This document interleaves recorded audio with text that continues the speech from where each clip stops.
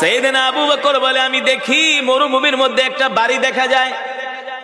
আমি আল্লাহর নবীকে ডাক দিয়া বললাম, নবীজি উনজুর ইলাল আমাম, সামনের দিকে তাকায় দেখেন ওই যে একটা বাড়ি দেখা যায়। আবু বকর বলে আমার মাথায় ধরলো না। আল্লাহর নবী বলতে বলতে দেখি মরুভূমির মধ্যে বাড়ি দেখা যায়। আল্লাহর নবী বললেন, আবু বকর চলেন ওই বাড়িতে যে আমরা দুইজনে আশ্রয় নিব, তাদের থেকে আমরা মেহমানদারি গ্রহণ করব, আমরা তাদের কাছ থেকে পানি ঠানি চাইবো, খাবার দাবার চাইবো, কিছুক্ষণ সময় আমরা বিশ্রাম করব, তারপরে আবার রওনা দিব। সাইয়েদনা আবু বকর বলেন আমি আল্লাহ রসুলের হাত মোবারক ধরে ওই বাড়ির দিকে হেঁটে যাচ্ছি। যেতে যেতে যেতে যেতে যখন বাড়ির সামনে গেলাম, দেখি মরুভূমির মধ্যে ভাঙ্গা একটা কুঠুরি, ভাঙ্গা একটা ঘর, ভিতর থেকে দরজা লাগানো। আল্লাহ নবী বলে, আবু বকর যান ঘরের দরজায় নক করেন। আমি যে ঘরের দরজায় নক করলাম, ইফতাহিল বাব, কে ঘরের দরজা খোলো। একবার দুইবার তিনবার বলার পরে কেউ কোনো সাড়া দেয় না। চতুর্থবারের সময় ঘর থেকে আওয়াজ আসলো, কে গো তোমরা, কোত্থেকে আসছো, কি তোমাদের পরিচয়? সাইয়েদনা আবু বকর বলে, জিতু মিনাল মক্কা ইলাল মদিনা, আমরা মক্কা থেকে আসছি দুইজন মানুষ। জিনা মিলাল মক্কা ইলাল মদিনা, আমরা দুইজন মানুষ মক্কা থেকে আসছি, আমরা মদিনায় যাব, আমরা দুইজন মুসাফির, আমরা দুইজন। তো তোমরা মুসাফির হলে আমার বাড়িতে কেন আসছো? সাইয়েদনা আবু বকর বলে, শোনো আমরা আসছি তোমার বাড়িতে, কিছুক্ষণ আমরা আশ্রয় গ্রহণ করতে চাচ্ছি, কিছুক্ষণ বিশ্রাম নিব। বলে তোমরা বিশ্রাম নিবা ভালো কথা, আমার বাড়িতে তো আমার স্বামী নাই, আমি তো একা মহিলা ঘরের মধ্যে, আমার নাম হলো উম্মে মাবাদ, আমার স্বামীর নাম হলো আবু মাবাদ। আমার স্বামী বকরি চড়ানোর জন্য মাঠে গেছে, সে বিকাল বেলা বাড়িতে আসবে। তো তোমরা দুইজন মেহমান আসছো, আমি তোমাদের কি খেদমত করব? সাইয়েদনা আবু বকর বলে, যদি কোনো খাবার দাবার থাকে একটু দাও। বলে শোনো আমরা এতটাই নিঃস্ব মানুষ, গরিব মানুষ, আমাদের ঘরে কোনো খাবার নাই। আমার স্বামী বকরি চড়ায়, সেই বকরি থেকে আমরা দুধ দোয়া দুইজন স্বামী স্ত্রী পান করি, আর গাছ থেকে কিছু খেজুর পেড়ে খেজুর খাই, এছাড়া আমাদের কাছে কোনো খাবার দাবার থাকে না। সাইয়েদনা আবু বকর বলে, যদি খাবার দাবার না থাকে তাহলে একটু পানি পর্যন্ত দাও। বলে পানিও শেষ, পানিও। আল্লাহর নবী বলেন, আবু বকর খাবারও নাই পানিও নাই। বলে না। হঠাৎ করে আল্লাহর নবী দেখেন উম্মে মাবাদের ঘরের সামনে একটা বকরি বাঁধা। কি বাঁধা? একটা বকরি বাঁধা। আল্লাহর নবী ডাক দিয়া বলেন, আবু বকর আপনি উম্মে মাবাদ থেকে অনুমতি নেন, ওর ঘরে যেহেতু খাবারও নাই পানিও নাই, আমরা ওই বকরি থেকে একটু দুধ দোয়া দুইজনে তৃষ্ণা নিবারণ করি। সাইয়েদনা আবু বকর বলল, উম্মে মাবাদ ইয়া উখতি, তোমার ঘরের সামনে একটা বকরি বাঁধা আছে, যদি অনুমতি দাও আমরা ওই বকরি থেকে দুধ দোয়া দুইজনে পান করি। ঘর থেকে উম্মে মাবাদ বলে, পথিক জানো না আমার ঘরের সামনে যেই বকরি বাঁধা আছে, এই বকরিটা হলো অসুস্থ বকরি, হাঁটতে চলতে পারে না, দুধ দিবে কোত্থেকে? ওই হাঁটতে চলতে পারে না, এই কারণে আমার স্বামী ওকে ঘাস খাওয়ানোর জন্য মাঠেও নিয়ে যেতে পারে না। আল্লাহর নবী বলে, আবু বকর আপনি শুধু উম্মে মাবাদ থেকে অনুমতি নেন, অসুস্থ বকরি থেকে দুধ দোয়ানোর দায়িত্ব আমার। আর জোরে বলেন সুবহানাল্লাহ।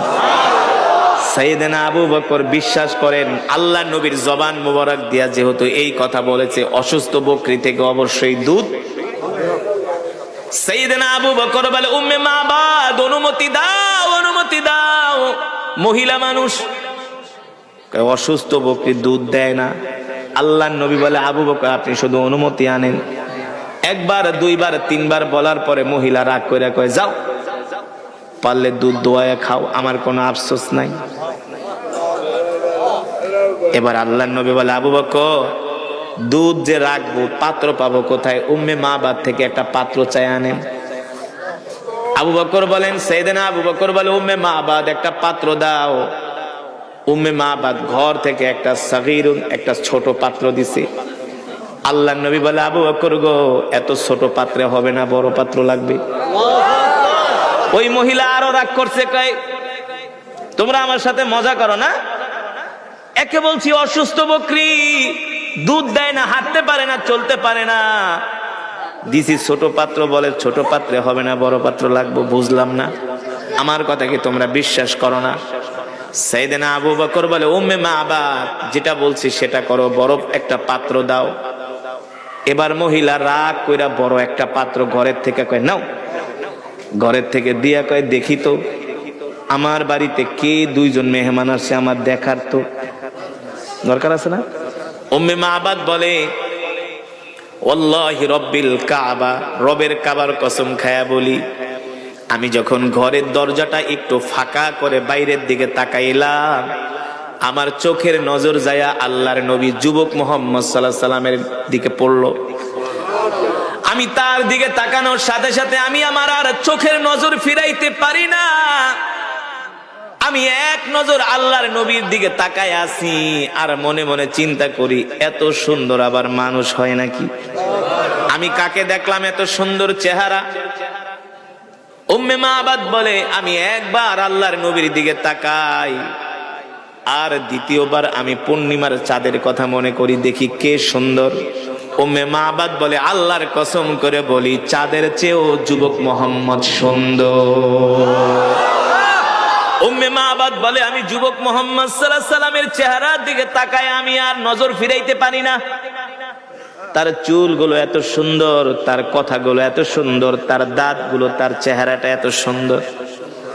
ও মুসলমান, আমার নবী যখন হাসি দিতেন, আল্লাহর নবীর চেহারা মোবারক, গালগুলো বেদেনার মতো লাল হয়ে যেত। বুঝেন নাই? আল্লাহর নবী এত সুন্দর ছিলেন। জীবনের প্রথম যেদিন মিশরে যাই, কায়রো থেকে যেদিন বিমানে উঠি, দুবাই থেকে যেদিন কায়রোর বিমানে উঠি, মিশরের মানুষ তো এমনি সুন্দর, জানেন? সব একের জিনিস, পুরুষরা তো সুন্দর, আর মেয়েদের কথা তো বাদই দিলাম। আপনাদেরকে জানার জন্য বলছি, এত সুন্দর কেন?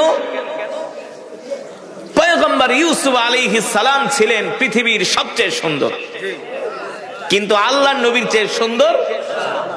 আল্লাহর নবী বলেন, আমার ভাই ইউসুফ হলো সাদা সুন্দর, আমি হলাম লাল সুন্দর। সাদা সুন্দর বেশি আকর্ষণীয় নাকি লাল সুন্দর? এই যুবক, যখন বিয়ে করতে যাইবা, দাদির কাছে জিগাইবা, দাদি যাইতেছি দেখতে, কয় শোন, আগে দেখবি কন্যার চেহারাটা লাল সুন্দর কিনা, কারণ লাল সুন্দর মানুষগুলো রোদ্রে গেলে চেহারা আরো বেশি আলোকিত হয়। ঠিক কিনা বলেন? আমার রাসূল ছিলেন, আমার কলিজার টুকরা নবী ছিলেন লাল সুন্দর। আল্লাহু আকবার। পৃথিবীর যত সৌন্দর্য আছে আল্লাহ তাআলা আমার নবীকে দান করেছেন। এই কারণে আম্মা জান আয়েশা রাদিয়াল্লাহু তাআলা আনহা বলেন, মিশরের রমণীরা পয়গম্বর ইউসুফের চেহারা দেখা আপেল কাটতে যায় আঙ্গুল কেটে ফেলেছিল, জানেন? হ্যাঁ,